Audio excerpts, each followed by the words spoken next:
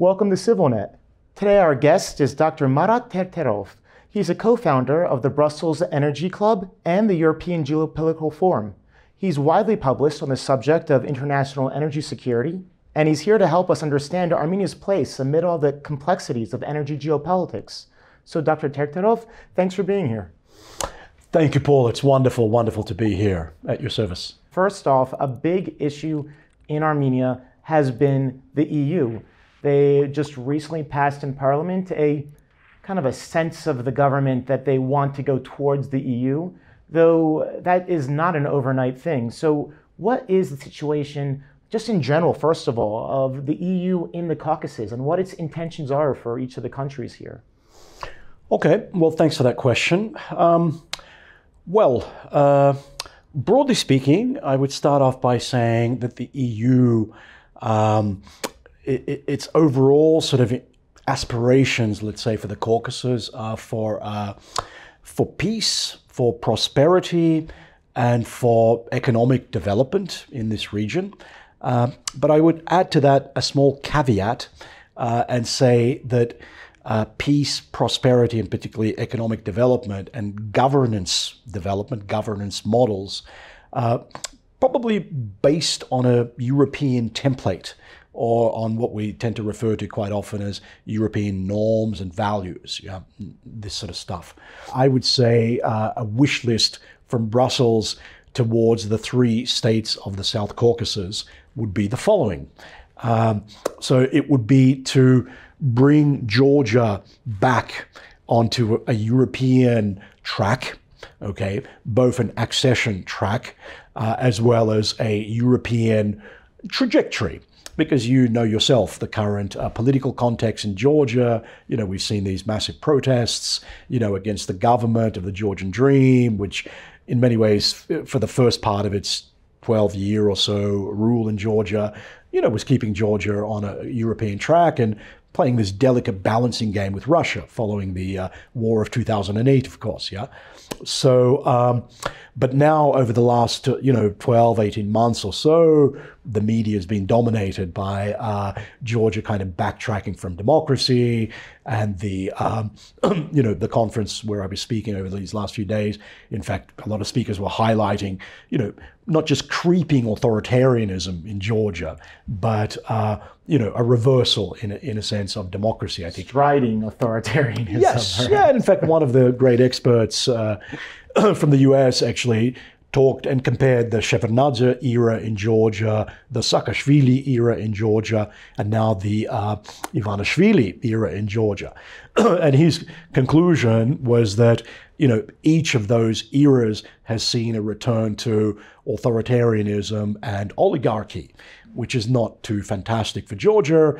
And given the aspirations of many Georgian citizens to have this still European orientation, to maintain visa-free regime, which is of huge importance for Georgians, of course, with the European countries, we're seeing a very complicated playing field in Georgia. So I think if you would be in the minds of some, Brussels bureaucratic, diplomatic decision makers, one of their wish lists would be, what can we do to get Georgia back on track?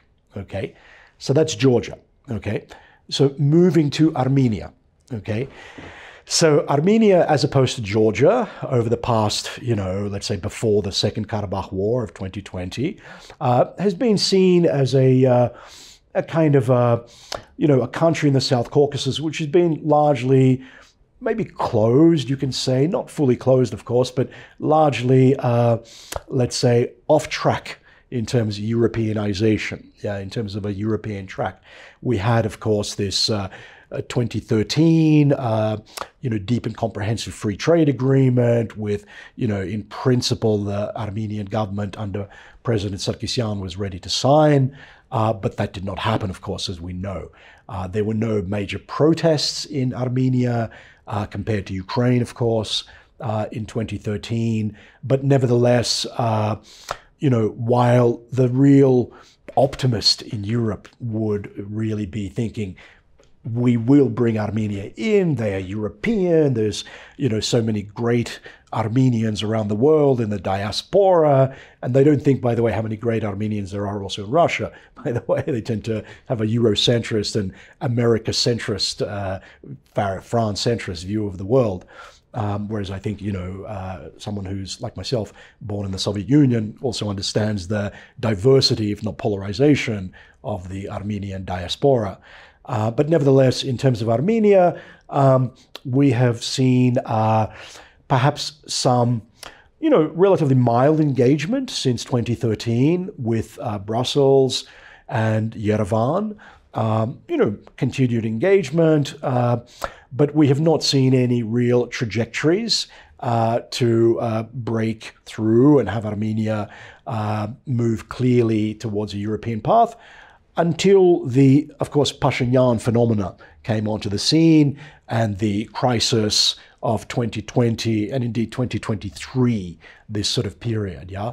So I think this has been a game changer, which has created, if you're a proponent of Armenian Europeanization, this has been a game changer. And as difficult a situation as this has become for Armenia from a national security perspective and, national territorial integrity perspective, it has also been a new opportunity, for Armenia to kind of pivot, towards the Euro-Atlantic context. And in many ways, the meeting with Prime Minister Pashinyan, President of the European Commission Ursula von der Leyen, and the former Secretary of State Anthony Blinken in Brussels, this symbolized in many ways this pivot of Armenia towards Europe and European Union. We've of course since then seen resolutions in the Armenian Parliament, endorsing a European track, and all of a sudden we now, there's a sense of maybe cautious optimism, maybe some expectation that Armenia will embark upon a European path. Then, when it comes to the Armenia getting closer to the EU, the closer Armenia gets, the more hostile the rhetoric against the EU we see coming from Baku, especially the monitoring mission. I've spent time with that mission. If you hear Aliyev talk about it, it is a spy agency here to bring NATO to the region. Meanwhile, Turkey is NATO and Turkey is in Azerbaijan, so NATO's already here. But so what do you make of this? We have, energy is an important hinge for Azerbaijan and the EU, but at the same time, is all this bluster organic? Is there real issues, or is it just kind of for show? What is going on between the EU and Azerbaijan? Well, there's a lot in that. And I'm glad you raised that question because it's really important. Like you said, it's a third tier of this discussion. So first of all, in terms of what the EU would like from Azerbaijan. The EU would like to have a normal relationship with Azerbaijan. It's become very complicated at the moment for a number of different factors. I think the EU certainly played a genuine, sincere, goodwill broker and platform after the 2020 Karabakh war. Okay, so we know that President Aliyev of Azerbaijan was not happy with the Minsk group. We know that they see the Minsk group as as a means of kind of maintaining this regime of injustice, for Azerbaijan, not a mediation platform. That's how Azerbaijan sees it, whether you believe that or not, that's another issue. But since the Second Karabakh War, given that the Minsk group could no longer be a viable platform for continuing the embetterment of Armenian-Azeri relations, the EU stepped in. And I think that was a great thing. I think Charles Michel and his team, genuinely did try to be a impartial actor to stabilize, the whole situation. And it was a very difficult situation for Armenia, and particularly for the remaining Armenians, in Karabakh.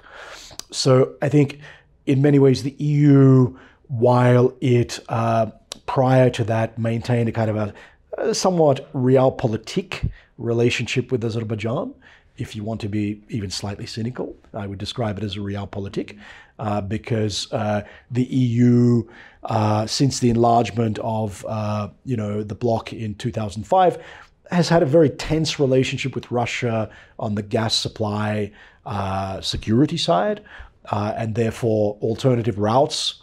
The EU championed this pipeline, which many young people probably have forgotten, the Nabucco pipeline, which now has become TANAP. It's exactly the same route. It's in essence the same source of supply, which is the Shah Deniz 2 gas field in Azerbaijan. The infrastructure route is the same, and the consumers in Europe are more or less the same geography. But it is under Turkish Azeri governance sort of structures, which for the EU is not a great thing, because EU, like I said earlier, likes to do its templates and likes to have governance based on its own templates, even outside the European Union. So basically, the EU entertained this realpolitik. We need gas coming through TANAP to Europe, but we're not going to really, pressure Azerbaijan maybe too much. European Parliament, of course, makes a lot of noise, on human rights issues on Azerbaijan, and Aliyev accuses them of being Islamophobic and anti-Turkish, and et cetera, et cetera.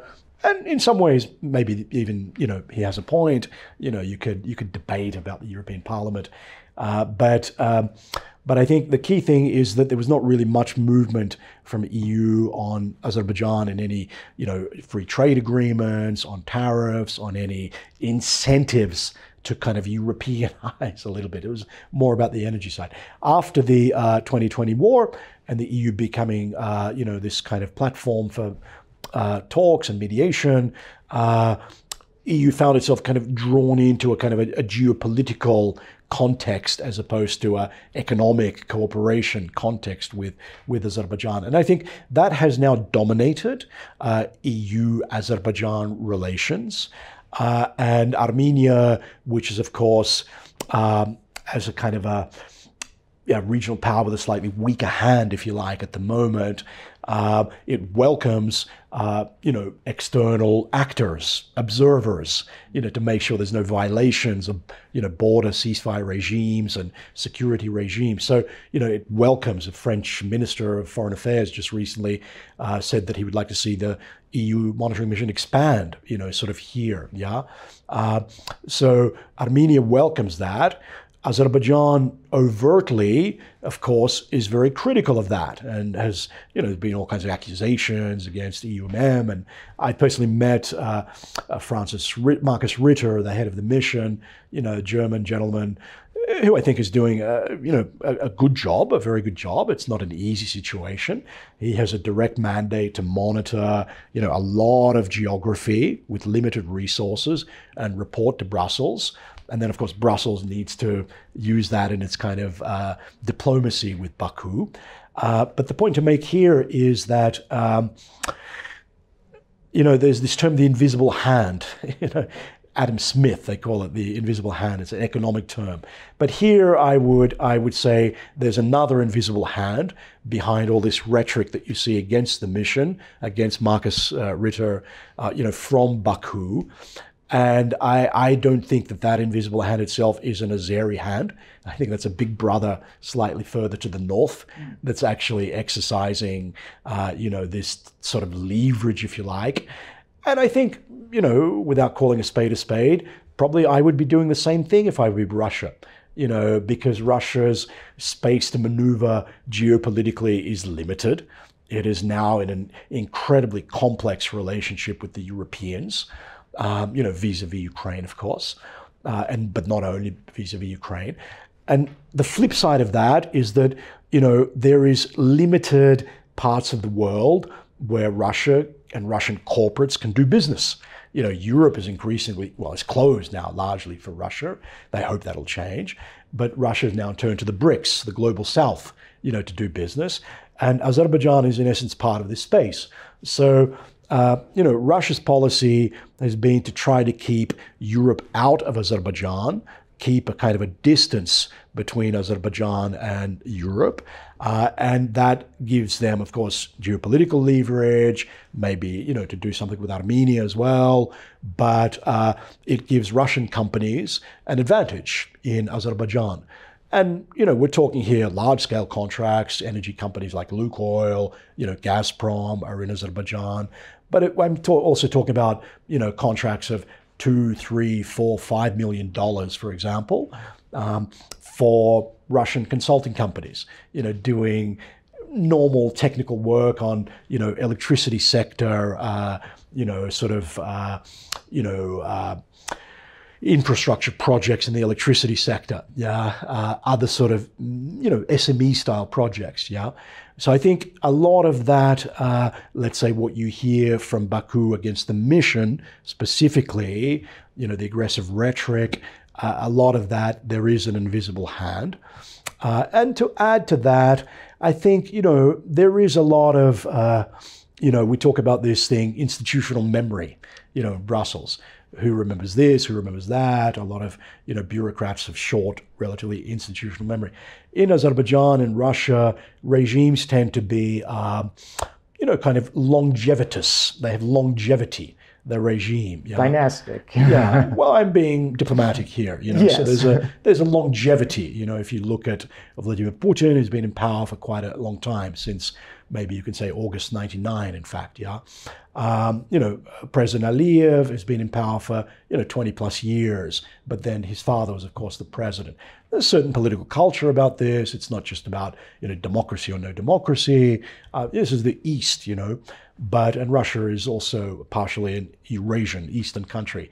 But the point to make here is that a lot of these leaders, they have long memories, okay? They have long memories.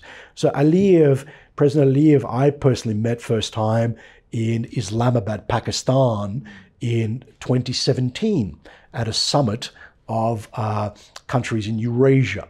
And I remember Aliyev then was a very frustrated man. He was very frustrated. He was just full of frustration, full of, injustice about Karabakh. His main focus was empowering the country economically, and one day,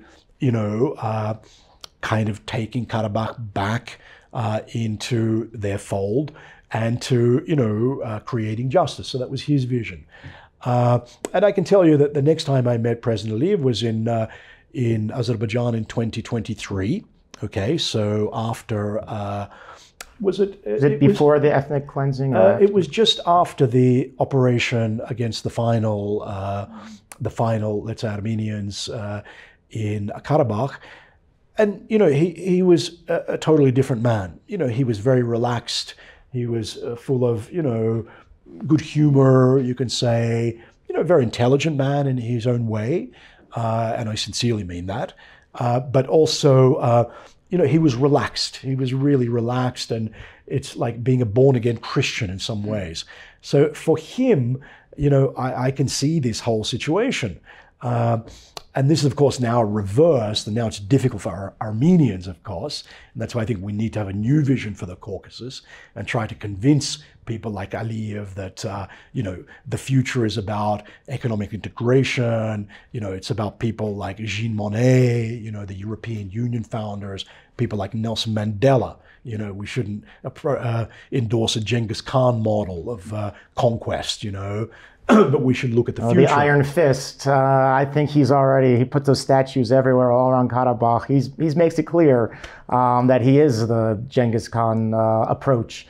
Well, yeah, this is a point, but I think it's up to us as thought leaders and diplomats and mediators to try to instill alternative visions, to try to offer a better deal. I genuinely believe that the war in Ukraine would not have happened if the Europeans would have maybe come to the table and talked to Russia in a different way in the late 90s, in the 2000s, about economic integration, about NATO partnerships, about a lot of big ticket sort of questions. If they would have treated Russia, Russia's like a kind of a upset teenager in some ways on the street. You got beat up a little bit, you're upset, you want some kind of revenge, So, I mean, you can be kind of, paternalistic towards that and kind of keeping them out, or you can also be clever and try to manipulate the situation in your favor.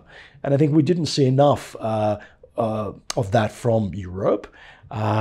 And I think we could also do that with Azerbaijan today. I think, selling the Caucasus, selling a vision to President Aliyev as possibly, a leader of, institutions of a, Caucasian economic union in the future, a big market, for foreign investors, for the Googles, for the Apples, for the retail stores to come here and not to look at Azerbaijan as a market of 11 million people or Armenia as a market of 3 million people, but of the Caucasus as an integrated economic body. This is the future. And this is how we should be talking, to these leaders.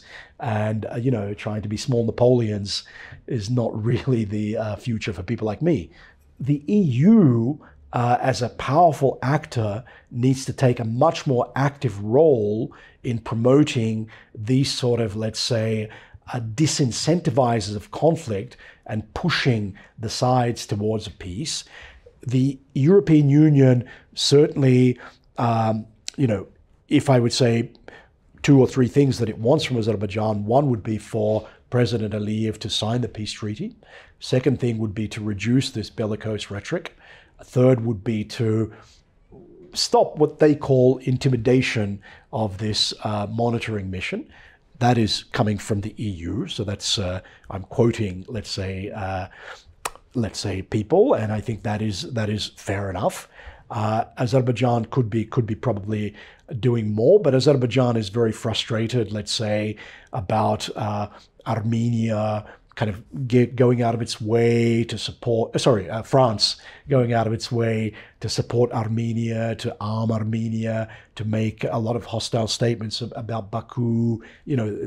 Azeri-French relations have dwindled to an absolute bottom, rock bottom sort of level since the post-war period. Azerbaijan is, of course, engaging in a tit-for-tat sort of engagement with the French.